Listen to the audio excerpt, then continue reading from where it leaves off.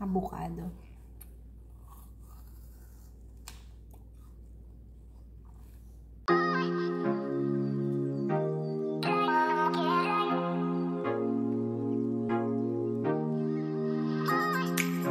Hi guys! Welcome back sa aking YouTube channel. So, magagawa tayo ngayon ng ice candy.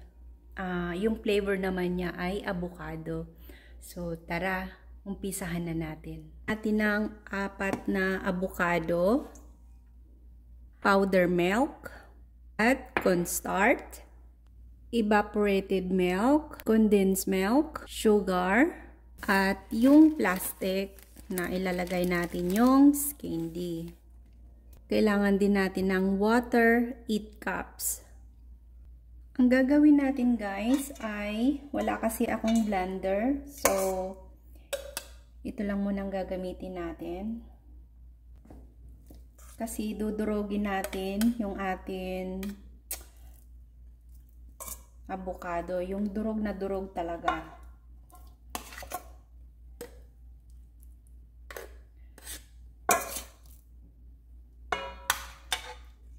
Lagyan lang muna natin ng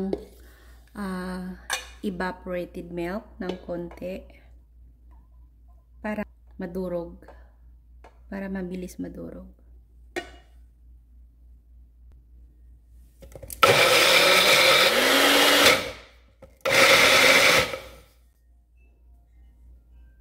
Ilagay na natin lahat.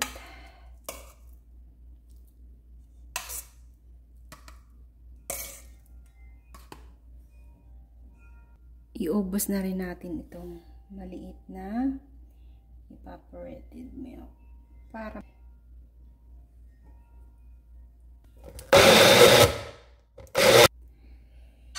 so ayan,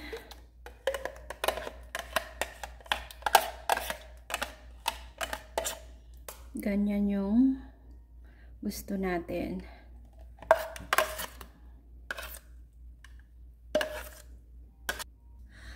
At yung natirang isang latang condensed milk, ilagay na rin natin dito. Mix natin.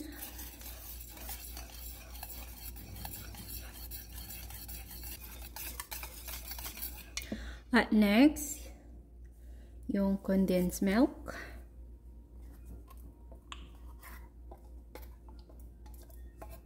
Mix natin ng mabuti.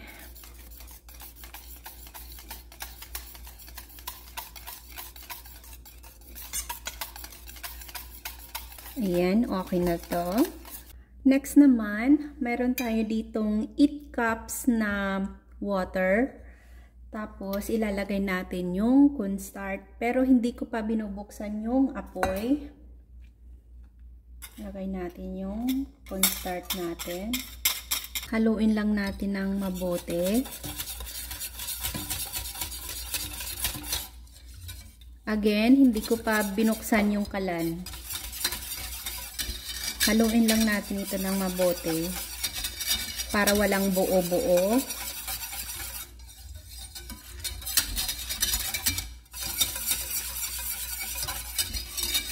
Ngayon naman ay buksan na natin yung kalan.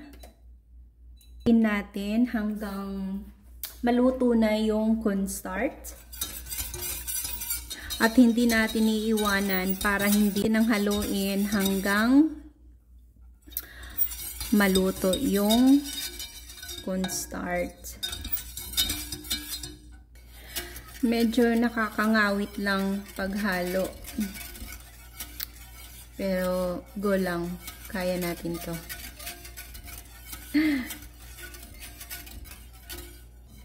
Ayan, malapit na. Malapit na maluto. Ayan guys, luto na yung cornstarch natin. So, hinaan natin yung apoy. Ilalagay natin yung sugar.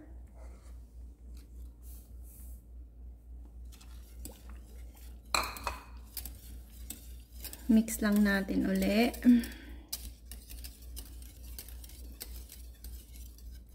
Next naman, ilagay natin yung powder na milk. Mix lang natin ng mabuti.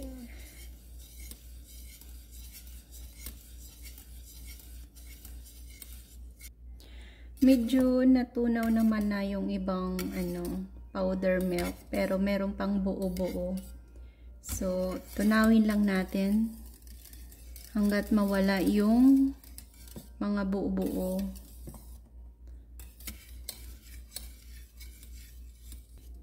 So, okay na to guys. Itabi lang muna natin at palamigin. Off na natin. Guys, transfer ko dito agad. At mamaya, pagkat malamig na, ay i-transfer natin dito sa avocado. Hi guys! So, malamig na yung atin cornstarch na niluto kanina. So, i-transfer na natin dito sa avocado.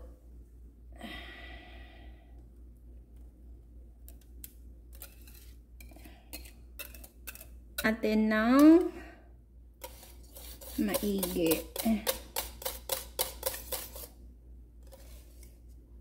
Ooh.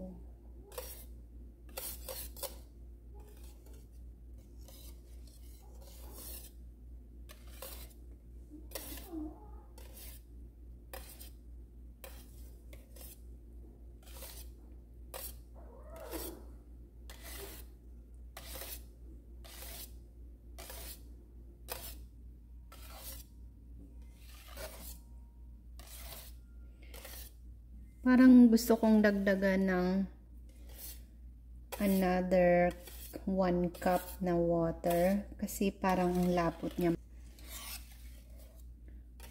Parang ang lapot masyado yung atin mixture. Untiin ko lang paglagay ng water, hindi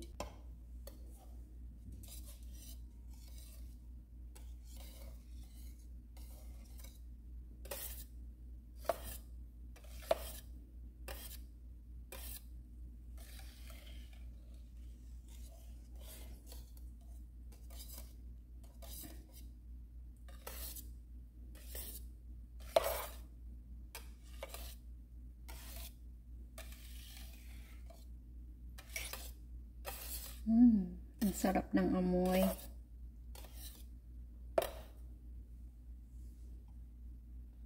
Add natin ng konti lang. 1 cup ito guys, pero unti-unti ko lang ilalagay.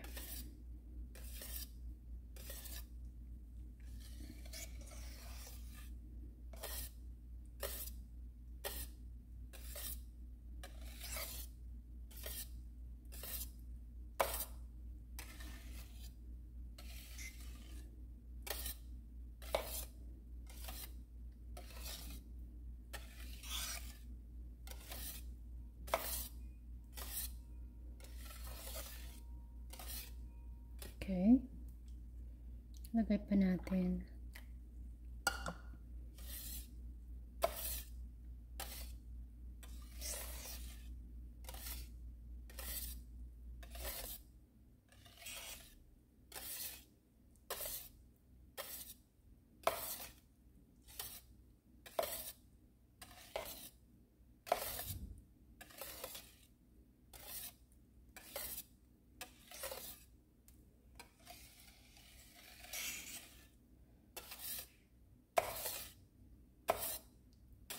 Yeah, 1 cup lang inad ko. So, ubusin na natin yan. Okay na yung 1 cup na add. So,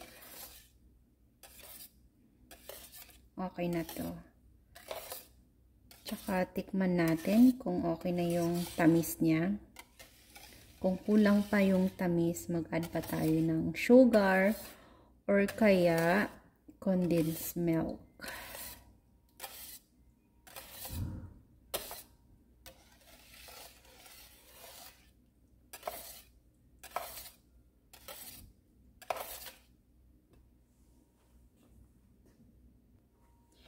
Tikman natin guys.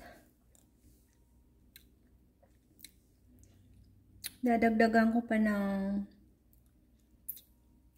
sugar ng konti. Kulang yung tamis para sa akin. So, try muna natin maglagay ng 2 spoon na sugar. So, mix natin.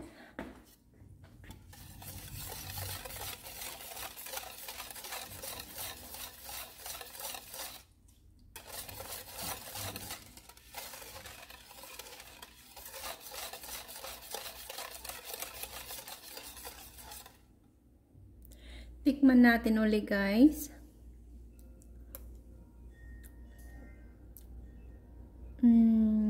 I think one more scoop na sugar. So, tansya-tansya lang yung tikman nyo yung tamis niya. At saka kung gaano katamis na gusto nyo.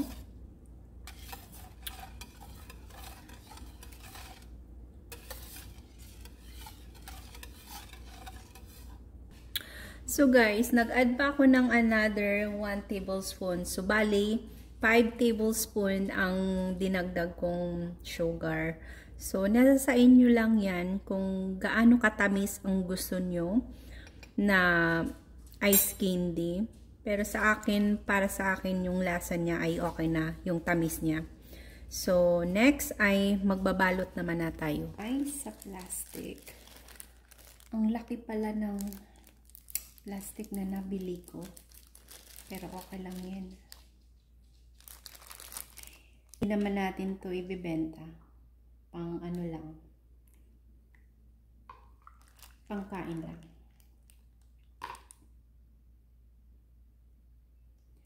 Ayan na guys. Natapos din ako. Meron mahaba, may maiksi. Pero okay lang yan. Kakainin lang naman natin. Hindi naman natin ibebenta.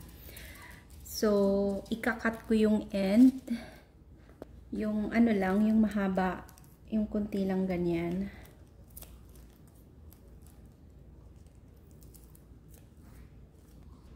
Alright guys, ilagay na natin to sa freezer. Hi guys, tikman na natin yung ice candy natin. Puntahan natin sa freezer.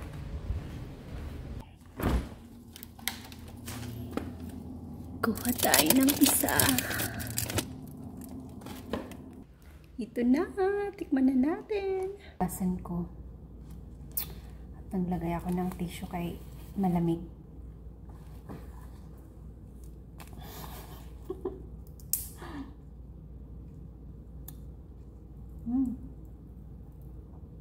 Ang sarap.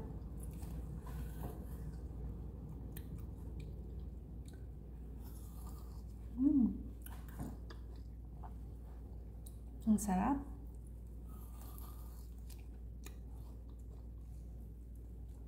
Lasang-lasa talaga yung avocado.